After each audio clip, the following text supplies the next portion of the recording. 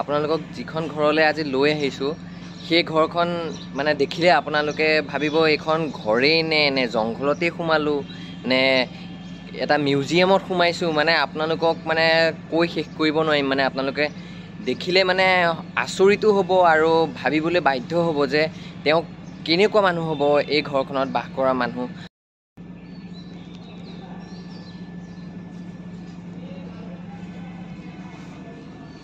আহক আমি ভিতৰলৈ সোমাই যাওঁ। এয়া মই গেটখন খুলিয়ে আপোনালোকক দেখুৱাইছোঁ। এইটো চাওক আপোনালোকৰ বাসগৃহটো, এয়া চাওক, এয়া তুলসী গছ, এয়া চাওক, এয়া বগা জামুক, এয়া ধুনীয়াকৈ আছে।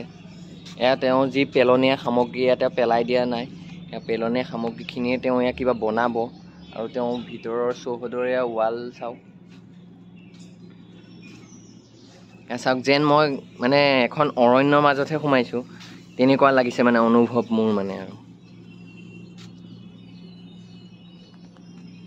এয়া চাওক, তেওঁ এয়া ধনুকাঁড়ৰ নিচিনাকৈ তেওঁ বাউণ্ডৰী দি এনেকুৱা বনাই থৈছে। এয়া চাওক, চাৰিওফালে কেৱল গছ। এয়া চাৰিওফালে এয়া চাওক, ইয়াত বিভিন্ন গছ পুলি। এয়া চাওক, বেৰবিলাকত তেওঁ চব এয়া অংকন কৰা, কি ধুনীয়া তেওঁ চিত্ৰ অংকন কৰে। আমি তেওঁৰ লগত কথা পাতিলে গম পাম। এয়া চাওক, তেওঁ লিখা আছে every house should have a museum বুলি তেওঁ লিখা আছে। এয়া চাওক, ইয়াত লিখা আছে ছেভ ৱাটাৰ, এইটো পানীৰ এইটো পাইপ, তাৰ ওপৰত লিখা আছে ছেভ ৱাটাৰ।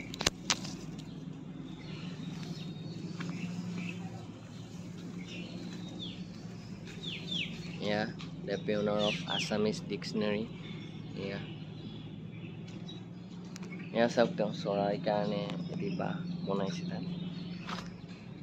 মানে প্ৰতিটো বস্তুৱেই মানে আপোনাৰ এই দৰ্জাখন মাৰি দিছোঁ মই বাৰু। দৰ্জাখন খোলা থাকিলে ইয়াত গৰু ছাগলী সোমাই আহিব পাৰে। এয়া চাওক, তেওঁ পেলনীয়া বস্তু মানে কোনো মানে প্ৰতিটো বস্তুৱেই ব্যৱহাৰ কৰিব। আৰু এয়া চাওক, এইখন আমাৰ নগাঁৱৰ যিখন পুৰণি দলংখন, এয়া দলংখন আমাৰ এনেকুৱা আছিলে এয়া। আৰু আমাৰ পুৰণি নগাঁৱৰ যিটো মাইল খুঁটি আছিলে আমাৰ এইটো, এয়া আমাৰ পুৰণি নগাঁও, এয়া খাকুৰিজান বুলি আছিলে আমাৰ পুৰণি নগাঁৱৰ নাম। এয়া চাওক, ইয়াত আমি দেখিবলৈ পোৱা আমাৰ হেৰাই যোৱা এয়া লেম্প তেওঁ তেনেকৈ সজাই থৈছে। এয়া চাওক,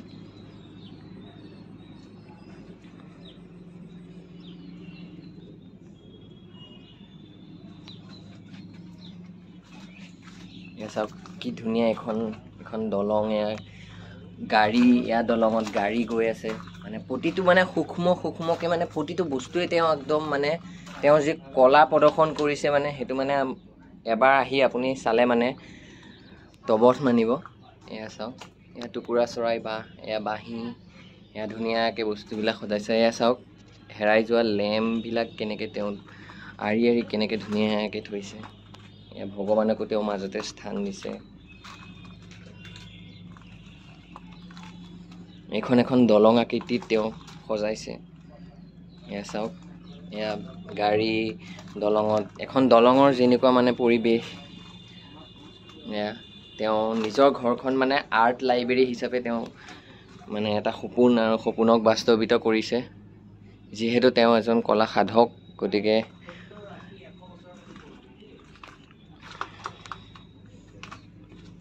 আহক আমি এতিয়া তেওঁৰ ঘৰৰ ভিতৰলৈ সোমাই যাম। ঘৰৰ ভিতৰতো আপোনালোকক দেখুৱাই নাই, ঘৰৰ ভিতৰতো আপুনি চাব, আপোনালোকে চাওক। এয়া প্ৰথমে সোমাই আহিছোঁ। এয়া চাওক, যেন এইটো এটা মানে ঘৰ নহয়, এইটো মানে এটা আপুনি ক'ব লাগিব আৰ্ট গেলাৰী বুলি ক'ব লাগিব। তেওঁৰ যি কলাৰ প্ৰতি যি তেওঁৰ মনৰ ভাৱ, তেওঁ এজন কলা সাধক নিজে। চাওক, প্ৰতিটো বস্তু, প্ৰতিটো সূক্ষ্ম বস্তুটো কিদৰে ব্যৱহাৰ কৰিছে। এইটো কি ধুনীয়াকৈ আমাৰ পূৰ্বপুৰুষসকলে বনাইছে। এইটো গুজৰাটৰ হয়, কচ্ছ। আৰু ইমান ধুনীয়াকৈ ইয়াত নকাশী কৰা হৈছে। প্ৰায় 80-90 বছৰ হ'বগৈ এতিয়া পুৰণা। আৰু এইটো কলা সংস্কৃতি আমাৰ কচ্ছ বা গুজৰাটে তেওঁলোকে সংগ্ৰহ কৰি ৰাখিছে। তেওঁলোকে আজিও নটিছত ৰাখিছে গতিকে মই 2001 চনত কচ্ছত যেতিয়া ভূমিকম্প হৈছিল আৰু তেতিয়া গৈ তেওঁলোকৰ পৰা মই অলপমান সংগ্ৰহ কৰিছোঁ নিশ্চয় এটা অমূল্য সম্পদ হয় ঠিক সেইধৰণে বিভিন্ন ধৰণৰ আহক এতিয়া আমি তেওঁৰ মনৰ পৰা আমি তেওঁৰ ভাৱখিনি আমি জানিব বিচাৰিম এইজনেই সেই কলা সাধক বুলি ক'ব লাগিব তেখেতক বিজয় ভূঞা আৰু বিজয় দা বুলিয়ে সম্বোধন কৰিছোঁ বাৰু এয়া গোটেইখিনি আপোনালোকক দেখুৱাবলৈ যথেষ্টখিনি বাকী তথাপিও আমি প্ৰথমতে তেওঁৰ পৰিচয়টো তেওঁকে দিবলৈ অনুৰোধ জনাইছোঁ বিজয় দা কওকচোন আপোনাৰ মোৰ নাম বিজয় ভূঞা মই নগাঁৱৰ পৰাই শিক্ষা গ্ৰহণ কৰি চৰকাৰী মহাবিদ্যালয়ত গুৱাহাটীৰ তাৰ পৰা আগবাঢ়ি মহাৰাজা চেজিৰ ইউনিভাৰ্চিটি অফ বৰোদা মই ডিগ্ৰী ফাইন আৰ্টছ ডিগ্ৰী কৰি তাৰপিছতে মিউজিয়াম ষ্টাডি কৰিলোঁ মিউজিয়ামৰ ষ্টাডিৰ লগত তাৰ পাছতে কেনেকৈ পুৰণি বস্তুবিলাকৰ ৰক্ষণাবেক্ষণ দিব লাগে সেইবিলাকৰ কথাবিলাক অকণমান আহল বহল ভিত্তিত জানিবৰ কাৰণে মোৰ যোনটো নেশ্যনেল মিউজিয়াম আছে দিল্লীত তাতো কনজাৰ্ভেশ্যন অফ পেইণ্টিং সংৰক্ষণৰ কেনেকৈ সংৰক্ষণ হ'ব লাগে তাৰ গভৰ্ণমেণ্ট অফ ইণ্ডিয়া স্পনচাৰশ্বিপত মই ট্ৰেইনিং ল'লোঁ তাৰ পাছতে তাৰ লগতে NRLC বুলি ট্ৰেইনিং যোনটো আমাৰ 6 মান্থছ ইণ্টেনচিভ ট্ৰেইনিং হয় NRLC মানে national research laboratory for conservation of cultural property যোনটো লক্ষ্ণৌত আছে আৰু সেই কোৰ্চবিলাক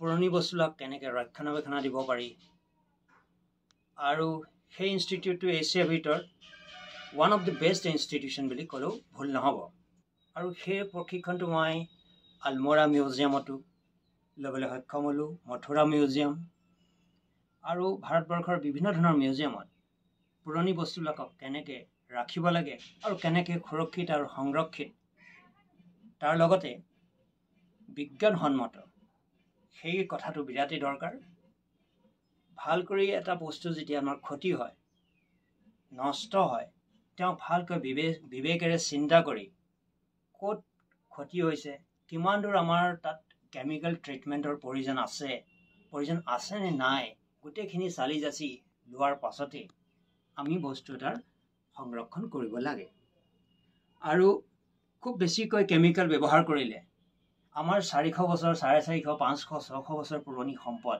হয়তো নষ্টও হ'ব পাৰে গতিকে সেই ধৰণৰ কথাবিলাক মই NRLC লক্ষ্ণৌত শিকিব পাৰিলোঁ আৰু তাৰ লগতে মই মাষ্টাৰ্ছো কৰিলোঁ in fine arts Raja Man Singh Tomar music and arts university গোৱালিয়ৰত আছে আৰু তাৰ পৰা মই মাষ্টাৰ্ছ কৰি এইবাৰ 2023 চনত কনজাৰ্ভেশ্যন অফ ৱাল পেইণ্টিংছ এটা প্ৰশিক্ষণ ল'বলৈ কাৰণে মই NRLCত গৈছিলোঁ আৰু এইবিলাক প্ৰশিক্ষণ লৈ আজি উদ্দেশ্য এটাই যে আমাৰ নগাঁও চহৰৰ আশে পাশে পুৰণি সম্পদবিলাক বিচলিত হৈ আছে আৰু তেওঁ কেনেকৈ আমি ৰক্ষণাবেক্ষণ দিব লাগে কেনেকৈ সুৰক্ষিত ৰাখিব লাগে তাৰ লগতে অসমৰ সম্পদখিনি যদি আমি ভালকৈ ৰাখোঁ অসমৰ সম্পদখিনি যদি আমি ভালকৈ ৰাখিব লগা হয় তেতিয়াহ'লে নিশ্চয় আমাৰ বিজ্ঞানসন্মত এটা চিন্তাৰে আমি বস্তুখিনি সংৰক্ষিত আৰু সুৰক্ষিত ৰাখিব লাগিব আৰু সেইবাবে মই এই ধৰণৰ ট্ৰেইনিং কৰি আছোঁ আৰু তাৰ লগতে ভাৰতবৰ্ষৰো সম্পদ আৰু যেতিয়া আমাৰ সম্পদখিনি আমি সংৰক্ষিত ৰাখিব পাৰিম আৰু তেতিয়াহে আমি ভাৰতবৰ্ষৰ বা অসমৰ বা আমাৰ নগাঁও জিলাৰ আশে পাশে সম্পদখিনি আমি সুন্দৰ এটা পৰিৱেশ দিব পাৰিম আৰু সম্পদ থাকিলেই ভাৰতবৰ্ষৰ বিভিন্ন ধৰণৰ জেগাৰ পৰা মানুহখিনি আহিব আৰু সেয়ে হ'ল আমাৰ বেকবোন মেৰুদণ্ডডালেই হ'ল আমাৰ সুৰক্ষিত ৰখা আমাৰ পূৰ্বপুৰুষে এৰি থৈ যোৱা সম্পদখিনি আজি সম্পদ থাকিলেই আমাৰ পৰিচয় থাকিব আমাৰ অসমৰ পৰিচয় থাকিব আমাৰ ভাৰতবৰ্ষৰ পৰিচয় থাকিব আমাৰ পূৰ্বপুৰুষে এৰি থৈ দিয়া তেওঁলোকৰ অমূল্য সম্পদখিনি যদি আমি জীয়াই ৰাখিব পাৰোঁ তেতিয়াহে আমি আমাৰ পৰিচয়টো আমি জীয়াই ৰাখিব পাৰিম আৰু সেইখিনি জীয়াই ৰাখি আমাৰ পূৰ্বপুৰুষক যেতিয়া আমি দিম এই সম্পদখিনি তেওঁলোকৰ হাতলৈ আমি আগবঢ়াই দিম তেওঁলোকে এটা মিউজিয়ামত ৰাখিব আৰু এইটো এটা সৰু প্ৰচেষ্টা এটা হাউচিয়াম আৰু ইয়াত ৰাখি এই সম্পদখিনি জীয়াই ৰাখি এটা পৰিচয় দিব বিচাৰিছোঁ ইয়াতে মাধৱদেৱৰ শ্ৰী শ্ৰী মাধৱদেৱৰ কুঁৱাৰ জলখিনি ইয়াতে সংগ্ৰহ কৰা আছে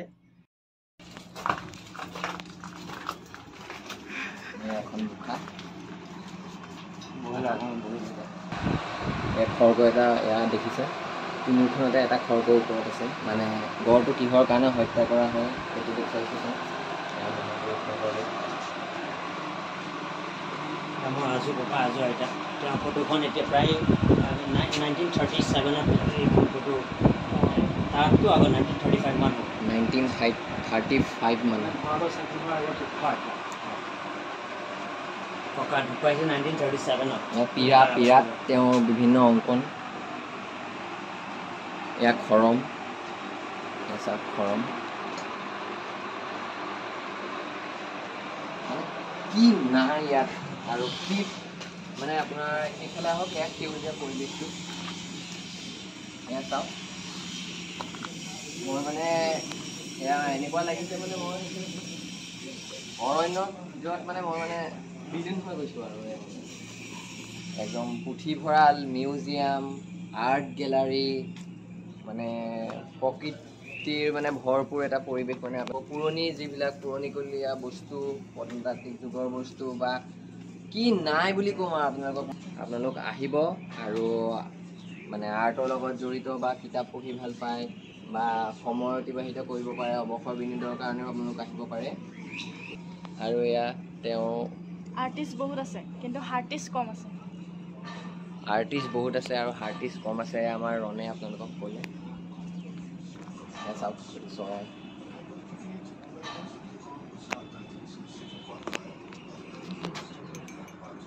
মাটিৰ ঘণ্টা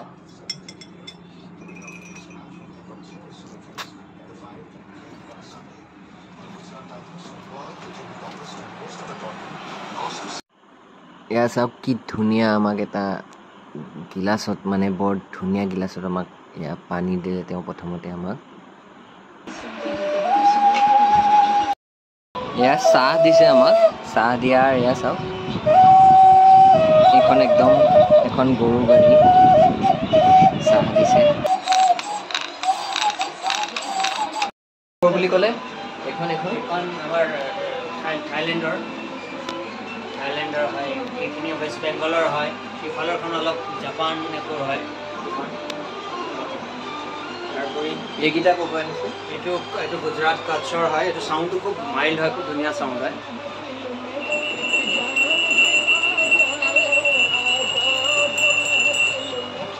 তাৰোপৰি এইটো উৰিষ্যাৰ আৰু এইভাগ আমাৰ বিহাৰৰ হয় বিহাৰৰ ৰজাই পিন্ধিছিলে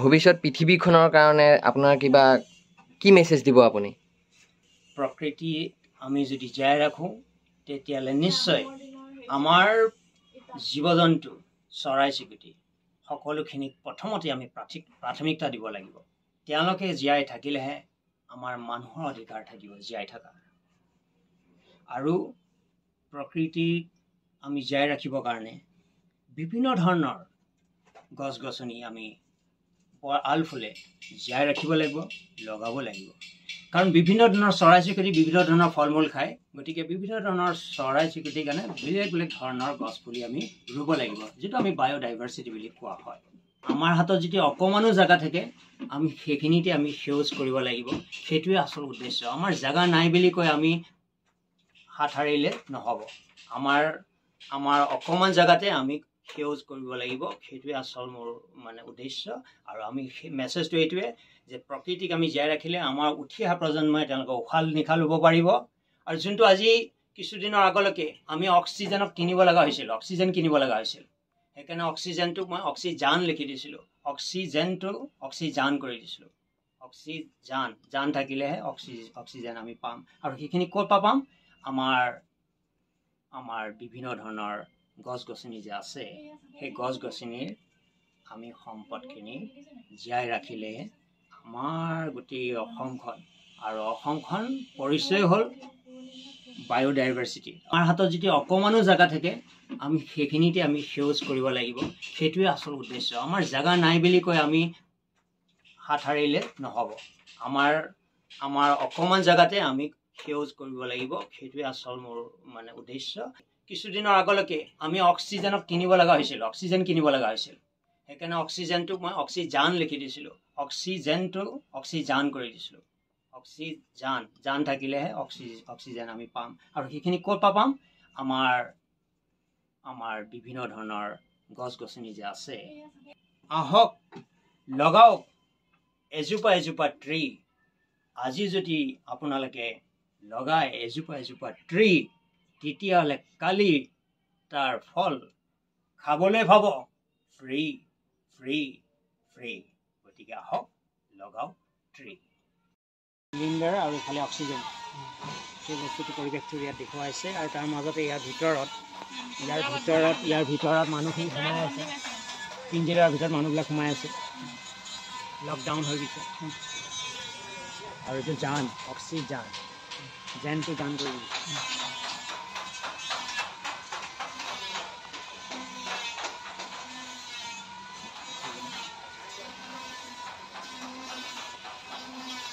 বিজয় আমাক কওক, আপোনাৰ ঠিকনাটো আমাক কৈ দিয়ক। হয়, ইয়াত ঠিকনাটো কৰাৰ আগতে মই ক'ব বিচাৰিছোঁ, ইয়াতে এটা পুথিভঁৰালো আছে, য'ত ওচৰা ওচৰিকৈ 10,000 কিতাপ আছে।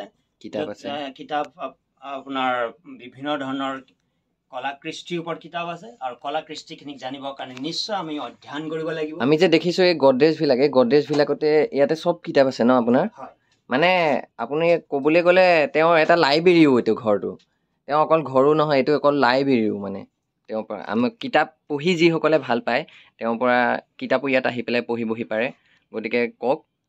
ইয়াতে আমাৰ যিটো হবৰগাঁও হাইস্কুলখনৰ কাষতে আমাৰ ষ্টেট বেংকটো আছে, বহুত পুৰণি হবৰগাঁও ষ্টেট বেংক। আৰু ষ্টেট বেংকৰ লগতে শিৱৰ ৰেষ্টুৰেণ্টখন আছে। আৰু শিৱৰ ৰেষ্টুৰেণ্টৰ ছাইডতে আপুনি যদি আহে, আছাম টাইপৰ এটা ঘৰ দেখা পাবই। আৰু তাতেই মোৰ ঠিকনাটো আপোনাৰ দেখিলেই আপোনাৰ বাকীখিনি ক'ব নালাগে, আপোনালোকে নিজে নিজে উপলব্ধি কৰিব যে সেই ঘৰৰ পৰিচয় বা ঠিকনাটো আপুনি নিশ্চয় গম পাই যাব।